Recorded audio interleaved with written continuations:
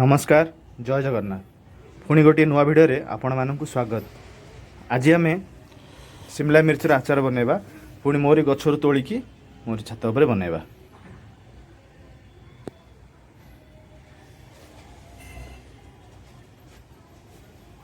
Recipe बहुत simple किंतु खाइबा टेस्ट रे बहुत मजादार।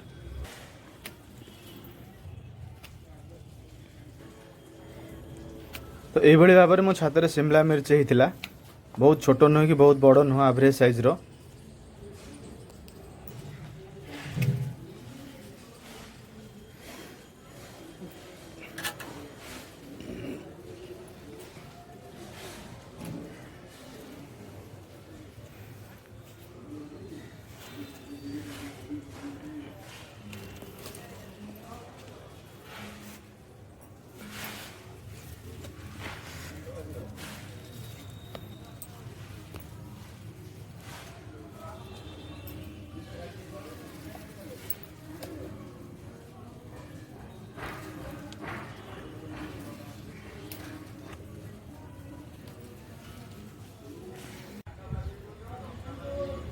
तो ये शिमला मिर्च तोड़िली बाकी अधा मुझे छाड़ी देछि।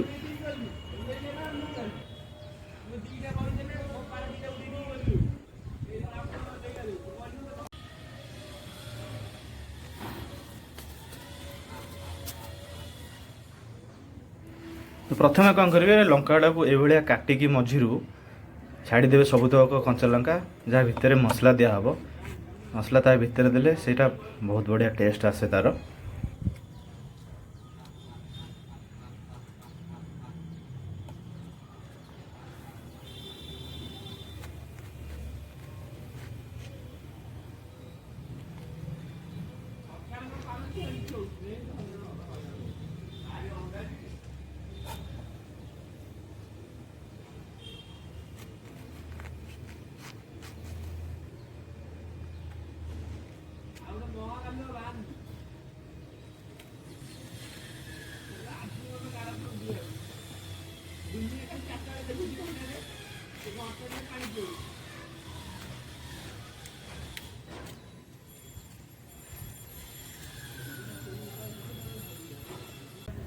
तो मसला पाई प्रथम आम कि जीरा नवा तापर यहाँ पान मधुरी कि मेथी कि जुआली तापर कि सोरिष सोरिषर क्वांटिटी टिके अधिक रहिबो। एभली भाव में मसला को ग्राइंडिंग कर साइला पारे ता देहरे टिके लुण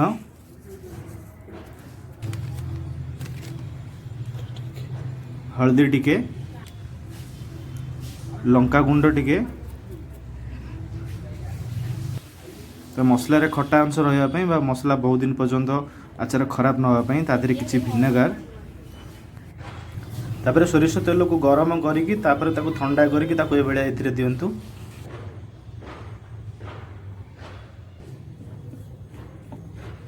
तो ये हो गला हमर मसला रेडी। तापर से जो लंका को कटा हिथिबो से लंका भितर ये मसला को भितर ये दिया हबो।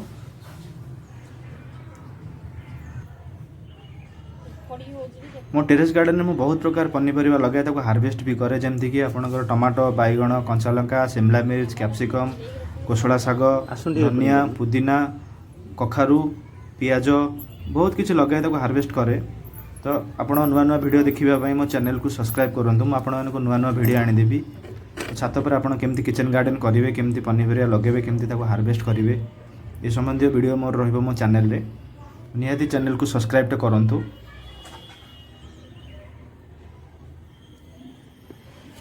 कुंथुज के वीडियो कला दादी सब रहउछ।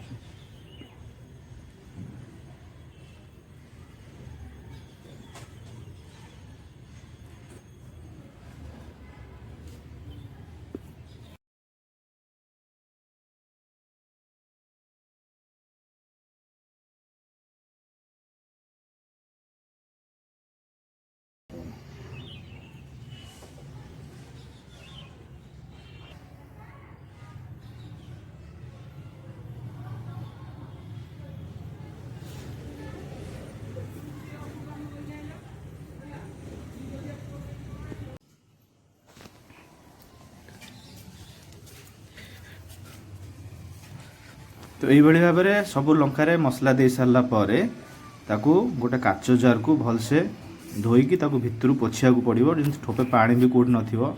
और कंचा लंका बे शिमला मिर्च जो भी आचार आप करूँ धोईकी भलसे पोछि दिंतु कहीं जब ठोपे पानी कौट रही है आचार फंगस हो। शिमला मिर्च भितर मसला दे सारापर आराम से ये काच जार भितर रखी दिंतु।